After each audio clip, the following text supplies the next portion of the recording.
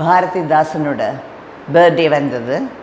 அதை செலிப்ரேட் பண்ணலான்னு சொல்லி ப்ரெசன்ட் கவர்மெண்ட், ஆமாம் இன்னும் கொஞ்ச நாள் தானே இந்த கவர்மெண்ட், அப்புறம் எலெக்ஷன் மீட் பண்ணுவோம், change will be there, change is constant அப்படின்னு சொன்னாங்க இல்லையா. அது மாதிரி சேஞ்ச் இருக்கலாம் இல்லையா நிறைய பார்த்து. ஓகே, நம்ம அப்புறமா வருவோம் அந்த டாபிக்.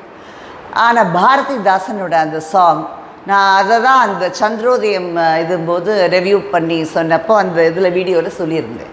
பாரதிதாசனோட அந்த புதியதோர் உலகம் செய்வோம், கெட்ட போரிடும் உலகத்தை வேரோடு சாய்ப்போம் அப்படின்னு சொல்லி அவன் சொன்னான். அது என்றைக்குமே எட்டர்னல் போல் இருக்குது. பிகாஸ் ஆல்வேஸ் வார் வார் வார் வார், யுத்தம் யுத்தம் யுத்தம். என்னடா யுத்தம்?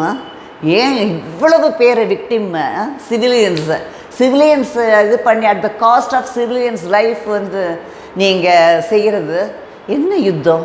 உன் பக்கமும் எவ்வளோ பேர் போகிறாங்க, எல்லாம் இதை பார்த்து கூட திருந்தவே மாட்டேங்கிறாங்கிறப்போ எனக்கு ரொம்ப இதாக இருந்தது. அந்த சாங் வந்து எனக்கு ரொம்ப பிடிக்கும்.